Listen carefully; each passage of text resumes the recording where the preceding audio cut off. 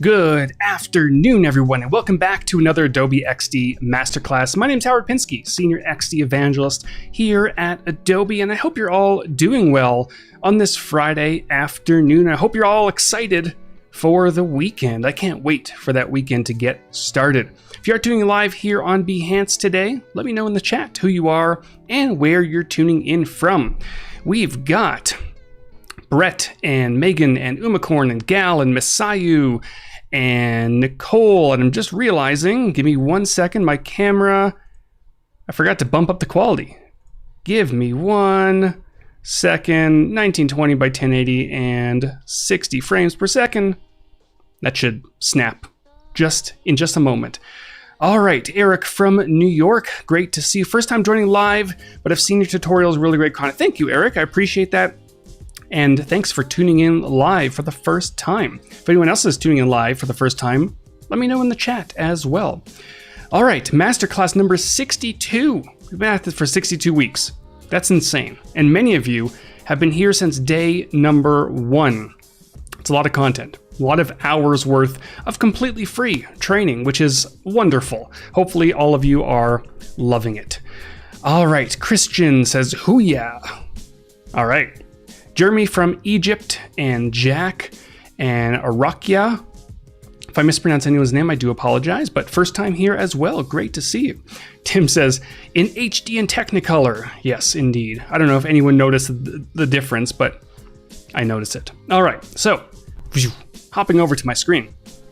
Here we go. We're going to get going with Masterclass number 62. Carlos says, first time chatting, long time fan. I feel like it's like a radio broadcast. You know, when you call into do people still listen to radio? But there's always, you know, when you listen to radio, long time listener, first time caller. I love it. Appreciate you all joining in. All right. We're on my Instagram account. Why? I don't know. Go follow me. No, but seriously, if you missed last week's class, I'll show you what we did last week, but we're kind of bouncing off of that this week in today's masterclass, and we're going to be exploring the light version of what we did last week. We're not going to be redoing the homepage in a light version, but we are going to be tackling the internal page. So we've been building out this NFT experience. And last week, if I hop over to Adobe XD, we started off with the homepage, and we kind of took a dark mode feel to this particular landing page. And today, we're going to be tackling the actual detail page. So you can view the art and see all the bidding details and follow the activity and all that fun stuff. All right. Linda says, first time watching live. Great to see you, Linda. Benjamin watching live from Ghana. Awesome. And Romania, Bangladesh. This is amazing. Jazz FM. Yes, indeed. I love seeing people from all over the world. Some of you, it's like 2 in the morning or midnight or something like that. Go to sleep. This will be available later. I'm like passed out at 10 o'clock at the latest. That's it. I'm out. All right, so I'm going to go ahead and hop over to Adobe XD one more time, and we're going to get going. So like I mentioned, this is what we covered last week. And if anyone has questions about XD or designing or life in general, let me know in the chat. I am paying attention. Great to see you, Laura and Solomon and Mohammed from Libya and Colombia. Wow, this is great. I would love to see like a heat map of, dots of people from all over the world on like an actual map. That'd be cool. All right, so what we're gonna do is we're gonna grab the artboard tool, and I'm gonna start with let's go for the Web 1366, just so we have something that sort of matches what we did last week. Chris from Colorado, great to see you, Chris. All right, so now considering we're going for the lighter version of this particular service and platform, we're gonna start with a lighter artboard. Now, white is great, right? White, black, all great. But whenever I'm designing, I try to stay away from the pure colors. So pure white, pure black, I try to dial it back just a little bit. Personal preference for the most part, but sometimes it adds a nice pleasing element to your eye, right? So I'm going to go in the blue section, blue hues, and just grab a little bit of blue, like right about there. Some of you may not notice a difference, right? Before, after. Before, after. It may be even more difficult to tell on the live stream, It's just a nice little change, right? All right. Question about life in general. What is love? Yeah, Tim, I don't know. I mean, I do know, but I can't answer that. It's different for everybody. All right. So we've got our lovely bluish white background, and very quickly we do have this header section at the top of our dark mode version. I'm going to paste it into place on the light mode. Now, obviously, got a bit of a problem, right? This was made for dark mode. So what we're going to do is we're going to make some very quick tweaks before we move on.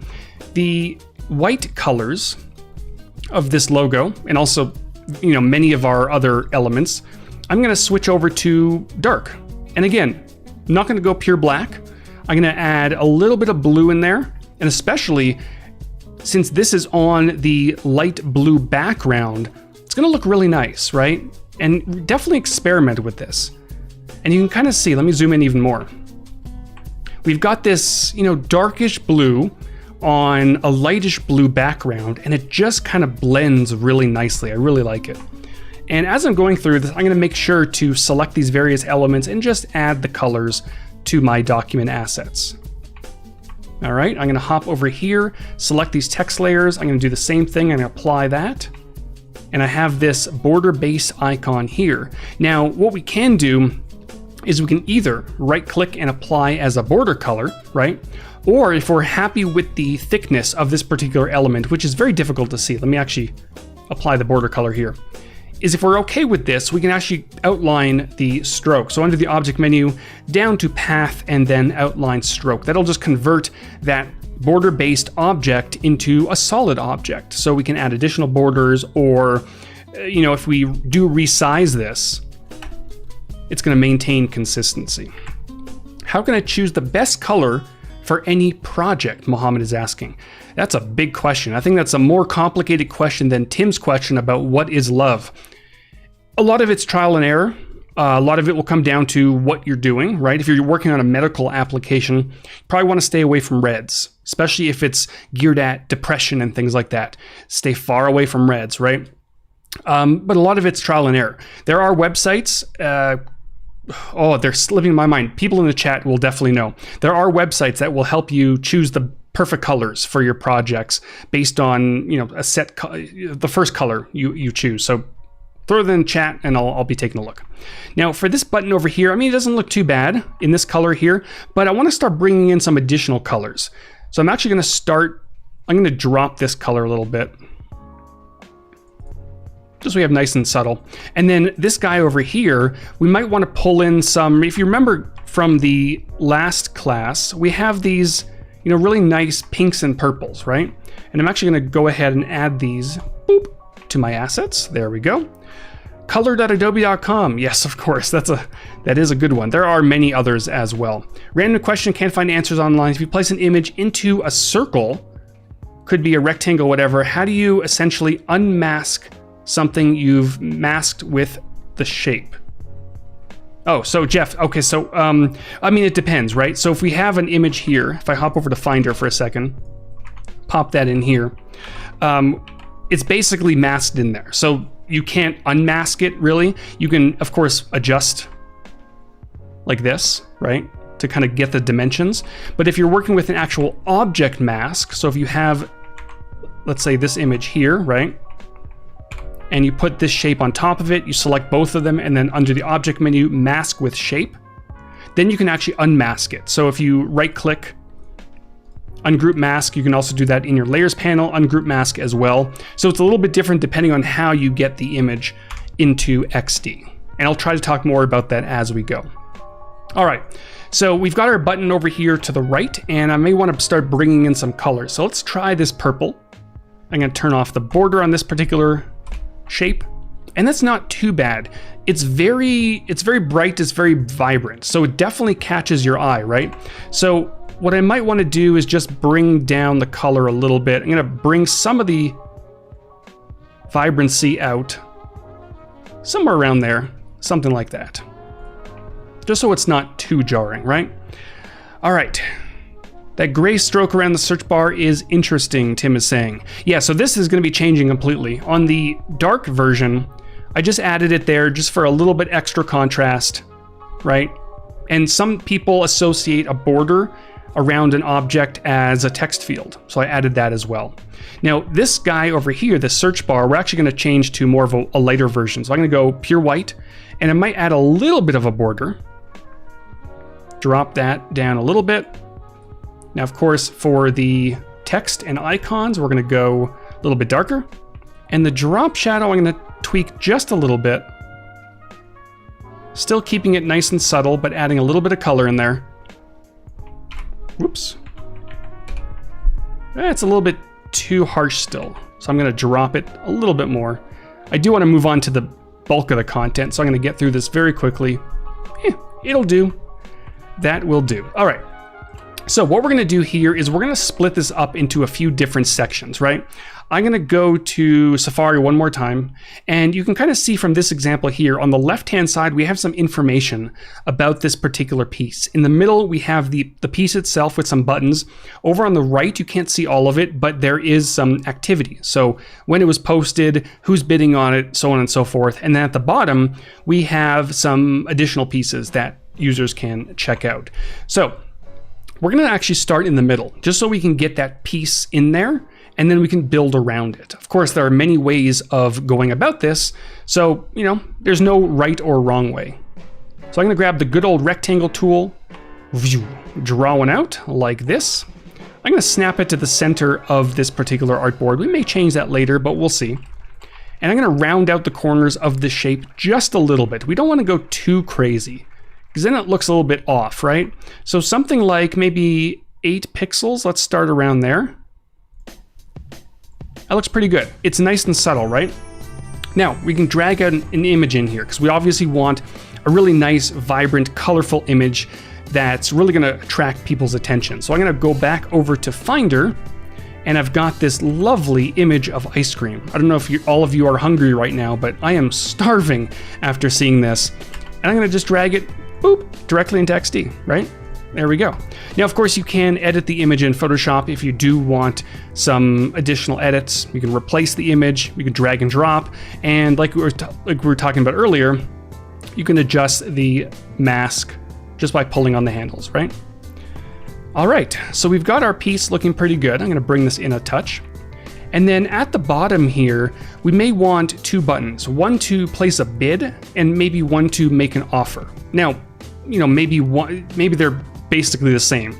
This is all where user experience comes into play. That may confuse people. Laura says, I'm hungry again. I know, I am too. I need to eat something. So maybe it'll be place a bid or buy now. Maybe there's a reserve price. Maybe there's lots of different things, right?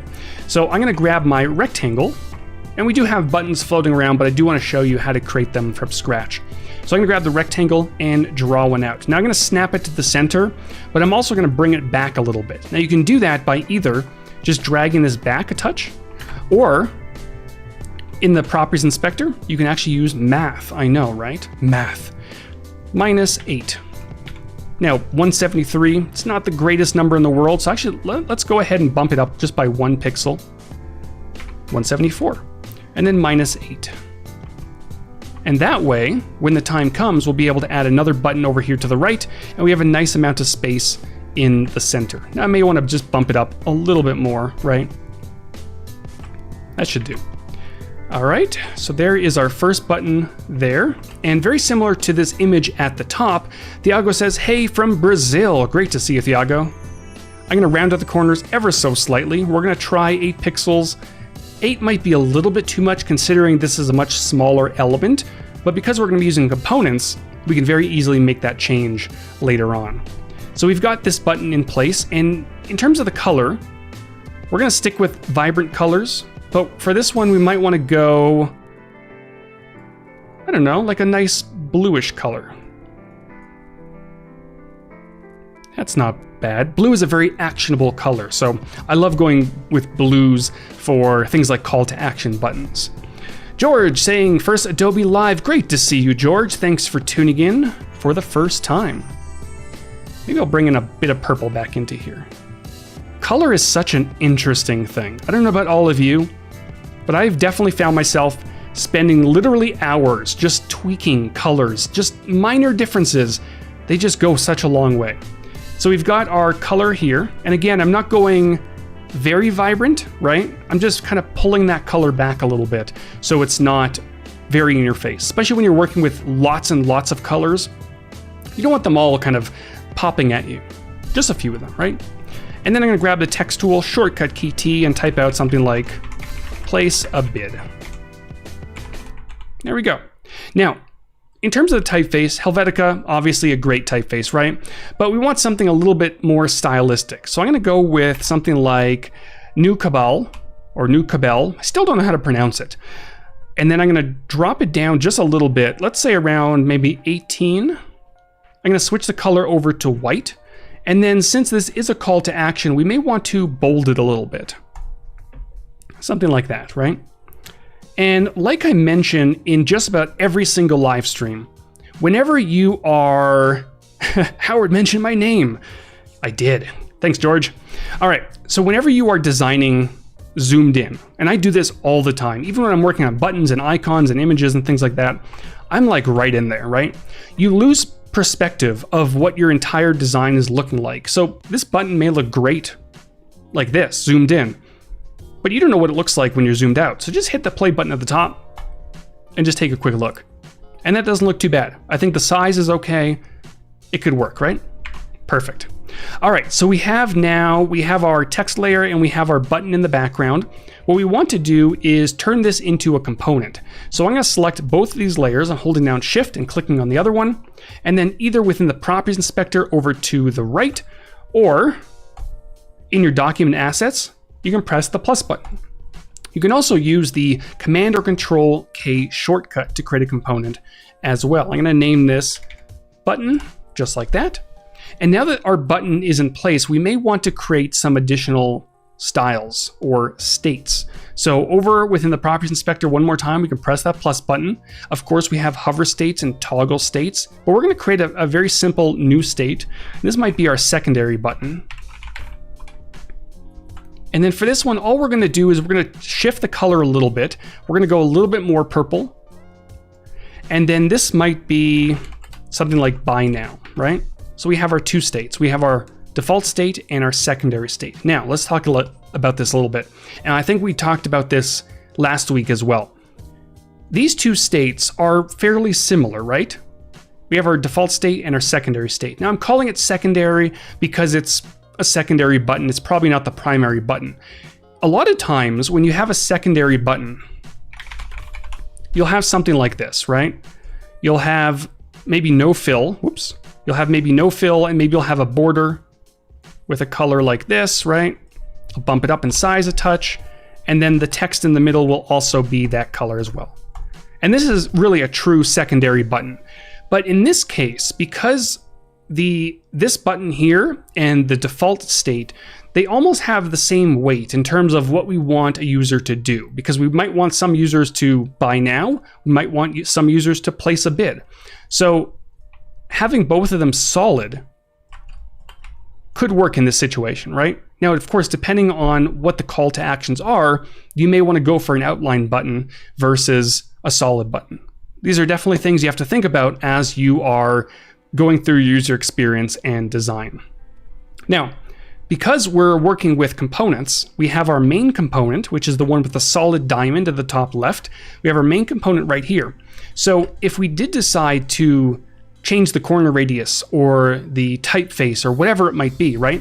We just have to edit our main component. So if I dive in here, I'm on the default state of the main component. So if I change this to Comic Sans, wonderful typeface, by the way, it's going to push those changes to not just the other instances, but the other states as well, which is great. Now, of course, Comic Sans, probably not the best of ideas, but I had to throw that in there. And that looks pretty good, right? Of course, we can bring the corners in a little bit if we chose to. All right, that could work. I hear a dog munching in the background. So if you hear like chomping, it's the dog. Finally eating, I think. All right, so that's looking pretty good. Pretty happy with that. And we're going to move on to this section on the left. And as a reminder, this section over here to the left is where the information about the individual piece is going to go. And we're going to start off with a nice large header. So with the text tool, we're going to do something like a hot and colorful, oh no, Comic Sans is still selected. So everything is wrong about what I just typed out, right? Completely everything. We have Comic Sans for our typeface. Definitely don't want that. And we also have white text on a light background. Don't want that as well. So we're gonna make a few changes. One, we have our color over here to the left. So I'm gonna go ahead and click on that. Comic Sans, probably not the best of ideas. Now we could go ahead and do our new cabal one more time, but possibly for the header, you may want to get a little bit stylistic with this. If you remember on the landing page that we tackled last week, we have a nice serif typeface over here, Aurea Ultra, right? So let's go ahead and actually choose that for here. And that looks okay, but we might want to make a few additional changes. Brett says Comic Sans for when all the other fonts disappear. I like that reference, Brett. So if you missed that, if you have no idea what Brett's talking about, I discovered this new artificial intelligence writing thing, and it writes stories and plots and things like that. And I typed in like Comic Sans, it was the only typeface left on the earth or something like that. And it wrote this whole story for me. Very strange stuff. I posted on Twitter last night. So we have this over here. It's looking okay, but we want this to really stand out so people can see the title, and then it kind of creates this flow. They see a title, and then going down, there are additional information, right? So we're gonna start by bumping this up. I'm gonna left align it. Let's try about 36. Now that's large. Not bad, but it's large. It definitely kind of overflows onto the piece. So we may want to switch our type properties from fixed width or auto width to auto height. So I'm gonna switch that over, and this will allow me to drag this handle inwards, just like that. And this particular typeface has two variations. So it has Roman and italic. Italic is kind of fun. It's got this fun feel to it. You definitely don't want to overuse this, right? You want to keep this nice and subtle, and you only want to use it in one or two areas. So we're going to use it only for the title up here at the top. And if I take a quick peek, that's looking pretty good. I might want to bump this down just a little bit. All right, that could work. Now, down below, we're going to start really adding in some information about this particular piece. Now, the first thing we might want to do to really capture a potential buyer's attention, we may want to indicate whether or not this is a first edition, right? So we might want to pull in an icon of, maybe a star or something to that effect. Now, if you don't have icons, what you can do, you go to your plugins down at the bottom, and there is a plugin called the Icons for Design, right? And you can type in something like star. And there's a whole ton of different icons that you can use. This one down here, this little magical star thing looks pretty good. Or if you do have icons installed on your computer, I'm gonna go ahead and pop open Nucleo. It's a third-party icon manager, and I do have a bunch of sets that were either provided to me or I purchased, and I'll type in something like stars. And this one over here is quite nice. It's very magical, right? Oops. Copy and paste. These are very large icons. They're also vector-based icons, so I can very easily make them larger or smaller, and everything looks great. All right. And for this area here, we may want to bring in some additional color. So, we do have these buttons down at the bottom. So I might want to grab that star and just apply one of those colors. All right, perfect. And then beside this, just so that people know exactly what this means, I'm going to grab the text tool one more time and type out something like first edition. Whoa, edition. There we go. Now, going back to what we were talking about earlier about using your stylistic typefaces very subtly, right? You probably don't want to use it here because we're going to have to make this quite a bit smaller, somewhere around 18.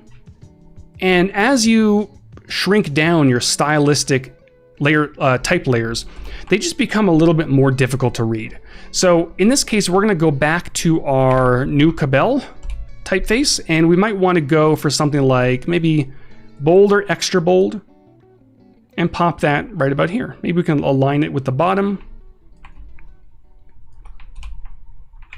Star looks a little bit large. Drag it on down. And there we go. All right, that could do. Now, of course, hey Neek, great to see you. Hopefully I pronounced your name correctly, not mispronounced your name. Now, one thing I want to mention is as you're adding all this information in, some of it just may not look like it belongs there as you're going, right? But once we start adding in some additional information, then you can really start lining things up on your page. So don't worry if it looks out of place right now, like this probably does. As we start adding more and we enable stacks and padding and all that fun stuff, it'll all come together. Now, over to the right-hand side, I may want to put a very small section just to indicate how many people maybe have liked this particular piece. So with the rectangle tool, I'm going to draw one out. Something like this. I'm going to round out the corners ever so slightly. 4, possibly, maybe 6. We'll see. And then for the color, this is where things get a little bit tricky, right? Do we want a light color? Do we want a dark color? We probably don't want to bring in something like blue or purple, because then it makes it difficult to put things on top of it. So we're going to stick with something a little bit lighter, and maybe we'll add a bit of a border. Very subtle border. And then we can also experiment with a very subtle drop shadow as well, possibly, right? You don't want to overuse your drop shadows. I talk about shadows all the time. You definitely don't want to overuse them. Let's bump it down a little bit more. Let's try 6, bump it up in blur a little bit. Yeah, I don't know, it's a bit much. Keep it nice and subtle. We'll get back to that. And then on top of this, we're gonna want some text layers and also possibly a heart. So for the text layer, that one's easy, right? Click, and let's say 492 likes. And we're going to shrink this down quite a bit, and then possibly even drop the weight as well. We don't want this to be the center of attention, so we're going to drop it to maybe bold or even, semi-bold if you have, or medium. And then to the left of this, we want a heart. Now, you can, of course, use an icon like we showed before, or you can use an Easter egg in Adobe XD, right? I'm going to grab the polygon tool right here from the left-hand side. I'm going to draw out a polygon. And then in the properties inspector, where you have your number of sides, it's set to 3 right now. I'm actually going to do less than 3. Bam, right? Isn't that cool? And here's where you can bring in some additional colors. So you can bring in the purple here, right? Shrink that down a little bit. And now we have our like counter. And this is a great place to start exploring how stacks and padding works if you are not familiar, right? So I'm going to select all 3 of these elements, right? And I'm going to pop them into a group or a component. I'll call this likes. And then over within the properties inspector, we can turn either padding on or stacking on. And stacking will turn padding on as well. And if you're unfamiliar, it's going to look at the layers. It's going to look at the very back layer, which is our background layer. In this case, it's that rounded container in the background. Then it's going to look at all the layers above it. And because I turned stacking on, it's going to notice that these 2 are beside each other. So I can very easily adjust the padding like that. And it's also going to look at the padding around. So if I did decide to change this to, let's say, 4, that container in the background automatically resizes, which is wonderful.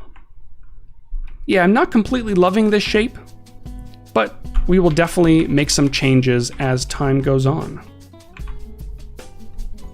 I'm going to bring this down a little bit more. That could do. Bring this in a little bit, make sure it's centered.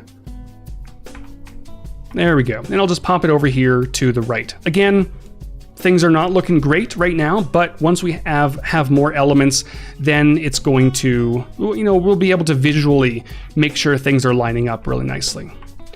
All right. Next thing, right below here, the drop shadow is just, it's just not working. I'm going to turn the drop shadow off. Boop. Okay, we'll get back to this in a little bit. All right, now right down here, we may want a little bit of a description of what this piece is. So with the text tool, typically you would just click with the text tool. In this case, we're gonna click and drag across to set the width of this particular text box. And now we can start typing in the description.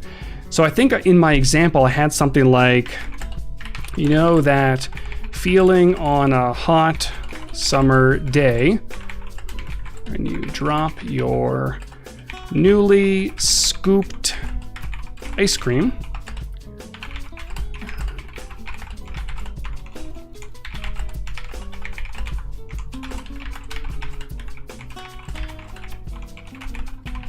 There we go. Had a little bit of fun with this description, right? I love having fun with my designs. So we have our description, but you know, it's a little bit small. The spacing could be a little bit better. So we're gonna stick with the same typeface, but I'm gonna bump up the size to about 14. I might wanna drop the weight. Usually on body copy, you're looking at medium, book, or regular, somewhere in that range there. And then just to make sure that everything's not too squished together, I'm gonna bump up the line spacing as well. Let's try about 24. And that could work. I think we're gonna run with that. I'm gonna make sure to group some of these elements. Perfect. And again, we're gonna make sure we align things a little bit later on. All right, stacks are a game changer. I agree, Benjamin. I love stacks. And you're gonna see more of stacks in action in just a few minutes. So right below here, we may also want to add in some tags on, you know, what kind of piece this is. A lot of these gallery websites or NFT platforms, they now have tags on it. So you can search for specific keywords, right? So what we're gonna do is we're going to grab the rectangle tool, draw out our first tag. We're gonna keep these fairly small. I'm gonna round out the corners completely so it's a little bit different than some of the other elements. And I'm gonna bring in this blue. Now all of these tags will have a different color, so we'll change the colors a little bit later. And then for the actual tag, this one might be something like food. I'm gonna change the color to white, and then maybe bump this down a little bit. Let's try bold. Bold might be a bit too much, but it might work as well. We'll see. And very similar to the like counter that we created at the top, we're gonna make sure to pop these into a group or a component with padding on it. So I have both these selected, and I think for this one, we're probably gonna go for a component. And we'll name this tag. And I'm gonna turn on padding right over here. That way, if I do decide to change the actual copy of this tag, which you'll see in a moment, the background's going to automatically resize. Now I think I might want a little bit more padding on the side. So let's try 12. That could work, and maybe a little bit more padding on top as well. All right, that could do. And now what we can do is we can place this single tag into a larger group and turn a stack on. So I have this tag selected. I'm gonna press Command and Control G to place into a group, which I'll call tags. And then I'll turn a stack on within the Properties Inspector, just like we've done a few times already. And that will allow me to dive into this group and duplicate, right? We have our main component over here to the right. I'm gonna actually switch it over to the left. And let's try a different tag, maybe ice cream. And I'll duplicate again. And this one might be, maybe this is an animated piece, for example. Animation. And duplicate one more, and I don't know, yum, right? We'll run with it. All right, that's looking pretty good. And now just to give a little bit of variation, I may want to switch up the colors. Now, we have our main component over here to the left. Again, this is the one with the solid diamond at the top. If I were to change the color of this particular component, you're gonna notice it pushes that change to all the other instances of the component, and it's doing exactly what it should be doing. However, if I go to an instance and I make that change, it's gonna apply it just to that element there. I'll do the same thing for this one. Maybe I'll make this one a little bit more purple. And this one might be towards the pinks, right? So you have this nice gradient of tags going across. And of course, because we're editing our main component, we can also make a few tweaks to the padding and the rounded corners. We can adjust the spacing in between our tags, either on an individual basis or by holding down Command and Control, or sorry, Shift, and then dragging. It's a little bit too much. Let's go back. There we go. We might have room for one more, actually. So I'll duplicate this, and this might be called, I don't know, dripping, because it's an ice cream? I don't know. Would anyone actually search for that on a gallery? I probably would not, but we'll run with it, right? And there we go. It looks pretty nice. All right, so we have some elements here. And one more thing we might want to add is just a break, because this section at the top might be the metadata for this particular piece, or the description and things like that. And then below it might be information about the artist themselves, right? So I'll drag out this here. And very similar to this break at the top, we're going to keep this nice and subtle. Something like that, right? Perfect. Okay. So again, going back to our discussion on padding and stacks and things like that, this section could definitely use a bit of work. So what we're going to do is I'm actually going to go ahead and select all this information here, right? All the information about this particular piece. And I'm going to place all of this into a group, Command and Control G, and I'll just call this piece info. And this will allow me, just like we did before, to turn a stack on. And it detected that the information inside of this group is being laid out top to bottom. So it's being laid out vertically, right? So it automatically defined that stack as vertical. Now you might be asking, well, we had this information here, this first edition, and we also had this like counter over to the right. That's going horizontally.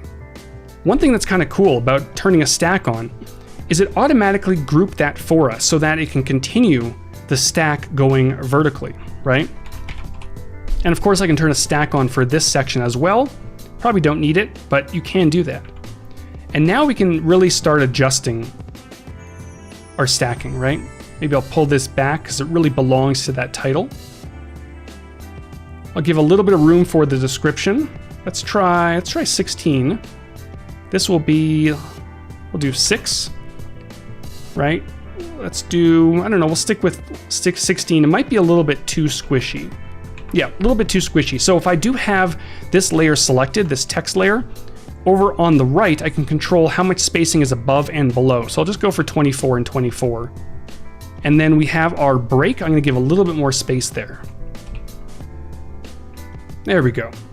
One thing I definitely see a lot of newer designers do when they're first starting out is they just squeeze everything in so close together because they want to get as much information on the page as possible. So they'll do something like this, right?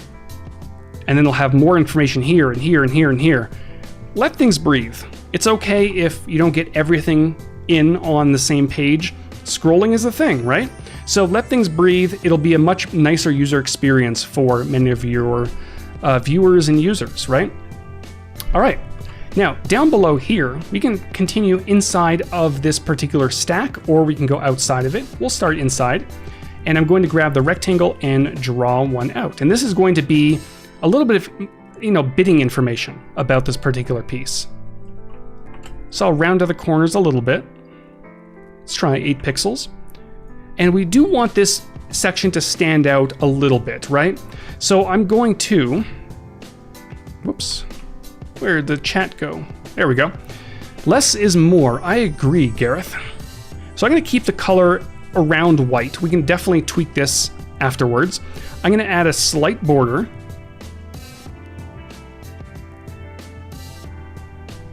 Something like that. And we're going to go back to our drop shadow. So I'm going to pop a drop shadow on. And again, we're going to keep it nice and subtle, but we also want this to kind of pop from the background.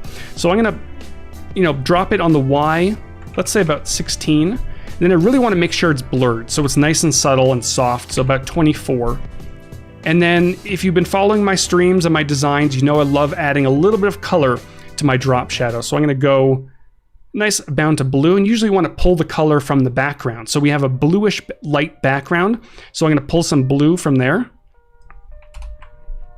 Right? Again, you want to be nice and subtle. So don't overdo it. All right, Kristen says, I'd like to see this in action. How would you make the buttons work in a live website? So buttons are pretty simple, CSS, HTML, and that sort of thing. You don't need anything too crazy with that. But yeah, these buttons here, very simple. And of course, if you do go ahead and share this for development, then you'll be able to provide all the information your developers need about these particular buttons. Now, these are certainly not anything too crazy, so they should be very easily you can create them very easily. You can also copy SVG code directly from XD, and within your design specs, you have access to CSS as well. All right, we're gonna start with that. We can definitely make some changes later. Now, here's something good to note. We are working inside of a larger group with a stack enabled. So if we wanted to put some information on top of this container, you can grab the text tool and click, right? Now you're gonna notice it popped it up there, and it's doing what it should be doing, right? Anytime you're in a stack and you grab a shape or text and you draw one out, it kind of separates, it kind of separates the elements where you started to create the new element, and it, adds it right in there, right? Now, of course, we don't want that in this case. So what we want to do is, because we want information on top of this shape, we're gonna place this shape into a group, and I'll call this bidding. And then inside of the group, if we grab the text tool now and type out, right? Now, of course, you can't see it because it's white. So let me change this to our darker color here. Perfect. And then I can go ahead and make it a little bit larger. There we go. And then underneath it, we may want to indicate what exactly this is. So I'm going to drag this down a little bit and type out something like current bid. Make it smaller. Then I might want to experiment with different weights. So maybe medium, and then maybe we'll just adjust the text a little bit.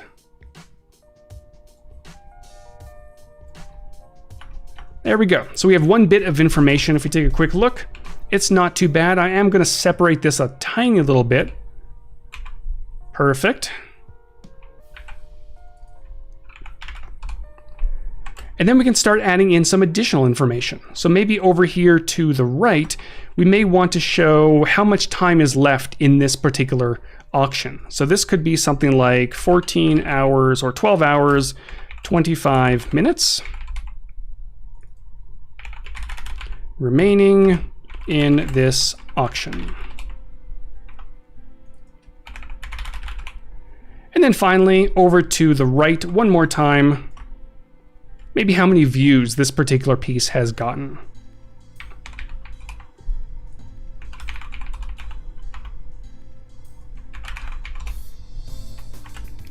All right, so this one is about 35. Let me actually back it to about 32 pixels from the left-hand side. I'm holding down Alt or Option and just hovering over this edge here, and it's letting me know how far this group is from the edge. And I'll do the same thing on this side, 32. And if I want to make sure that this piece here is equal distance from the ones on the side, I'm going to select all three of them and then hit this button at the top, which is going to distribute horizontally. Perfect. All right, that looks pretty good. And then finally, right below, we may want one more section. And this will be for our author details. Now we can definitely make some changes to make sure that this is a little bit larger, because things are not going to line up, right? I want this box a little bit larger. I'm going to round out the corners. But then, these buttons don't really line up, and I might want all of this stuff to line up. So we'll make some changes in just a moment to that. Now I could go ahead and actually copy this shape here, and then on this one, I'm going to paste the appearance, just so we have some consistency. Of course, if you don't want this one to stand out as much as the other one, you can drop the drop shadow a little bit so it doesn't pop out as much, right? There we go. And then we can start adding in some information. And just like before, with that shape or the element right at the top, we want to place this into a group. Artist info. And then over top of it, or inside of this group, we can start adding in some information about this artist. So there might be a profile photo, right? And then crafted by Comic Sanders. It's a great name. Make this a little bit, whoops, a little bit larger possibly, right? And then maybe to give the impression that you can click on this user's name, we might want to just add a little bit of blue in there. Just so it looks like a link, right? And you can even experiment with different weights and underline and things like that. And then right below that, we may want to put maybe the wallet of this particular artist. So I'm going to duplicate this downwards, paste in a wallet address that I have on my clipboard. Obviously, because this is way too large, we're going to have to shrink it down a little bit. So I'm going to shrink it down to about 10, maybe drop the weight to about medium. Now we do have this secondary text color at the top, so I'm actually going to add that to my assets and just apply that here as well. I'm also going to switch over to my Toy Faces library very quickly and just grab a toy face and drag it on in. Boop, just like that. All right, let's see. So Nabil is saying, would you please tell me one more time how you did the Apple upper box property in the box below? Upper. I'm not exactly sure what that means. Clarify and I'll get back to that. All right. So there we go, that looks pretty good. And then maybe below we may want some quick buttons to follow this user, see their other information, and possibly even, get access another menu. So let's drag out a button like this. Now we do have some buttons over here, but these are very different buttons. They're going to be smaller, they're going to be used for different call to actions. So we're going to create new buttons. Now these are definitely, more secondary. We don't want these to really stand out. So let's try this color here. It might be a little bit too much. Again, very subtle for these buttons. And then follow. Let's try white. White might be a little bit difficult. This certainly would not pass accessibility. So you definitely want to look into that, right? So in this case, we may want to maybe sample this color and then just drop this so it's a little bit darker. Maybe bump this up a little bit. Center it. Whoops. It could work. It, again, probably would not pass accessibility, but we're going to run with that, and I'll turn this into a component as well. So I can duplicate this over, and this might be View Creations.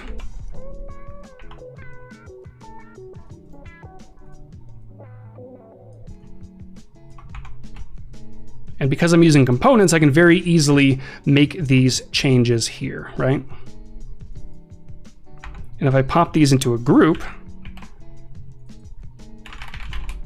and turn stacking on, I can now make this main component larger, and it's also going to push this one over automatically.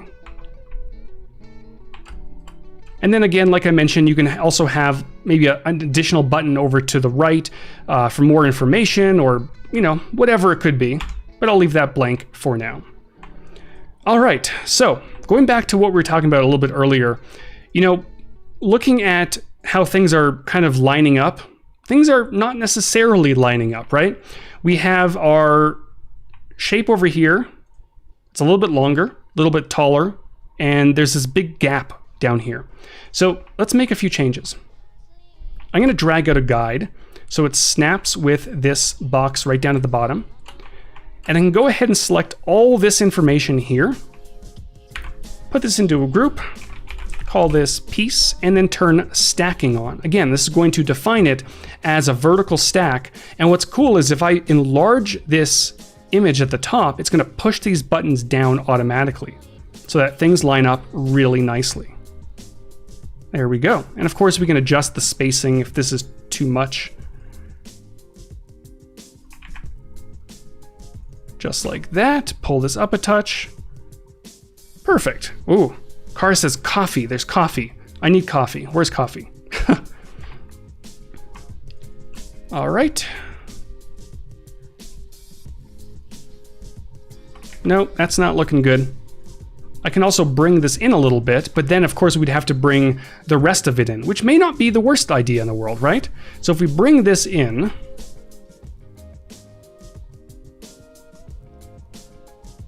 then we can experiment with this up here. We can adjust the stacking here, or what we can do is just get rid of one of these tags and just make sure everything lines up. Of course, the tags don't necessarily have to line up because there could be more, there could be less.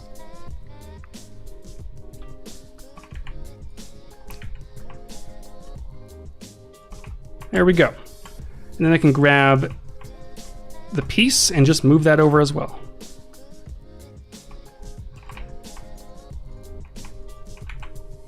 All right, now this one over here, this could be just like a menu button. So we may not want that. This I'm going to bring in quite a bit just so it lines up. And then we may want to do something like maybe just add a border.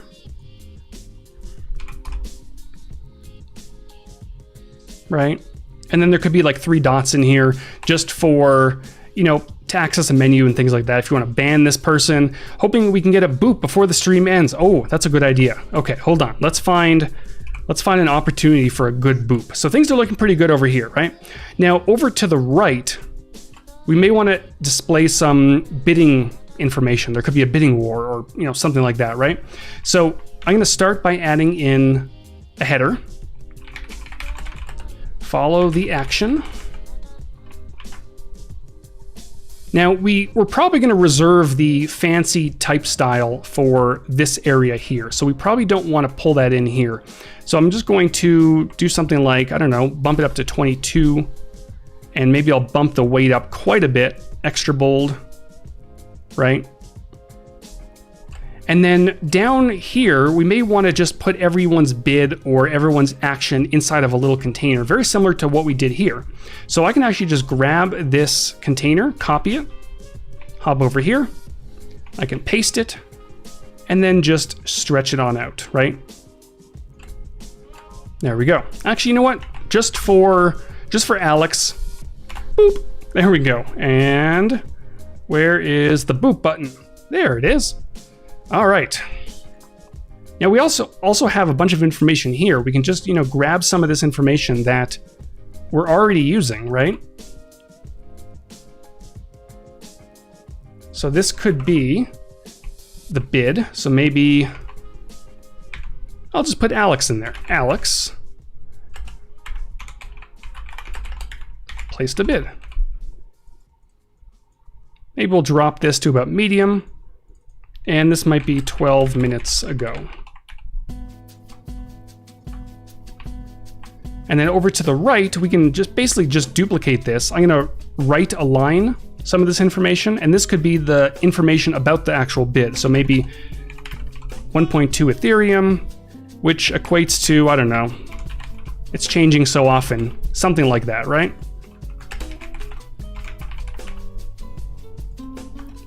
And then pop it right about there.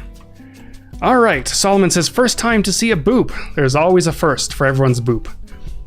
Bai says, you're on my live. Yes, you are. We are just wrapping up in just about a minute, but I will definitely have many more live streams. Next week, we are off on Friday. So no live stream next week, but there will definitely be a live stream the week after.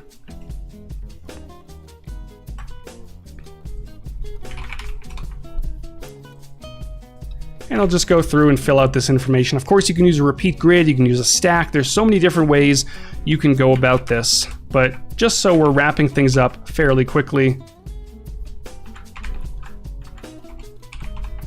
There we go. And I'll just very quickly go through and boop and boop. You know what? Let's keep those generic. And that will just about do it. Of course, you can have as many of these down as you want, or like I mentioned, repeat grid and view. It is compensating for the shadow a little bit, so I'll just drag out like that.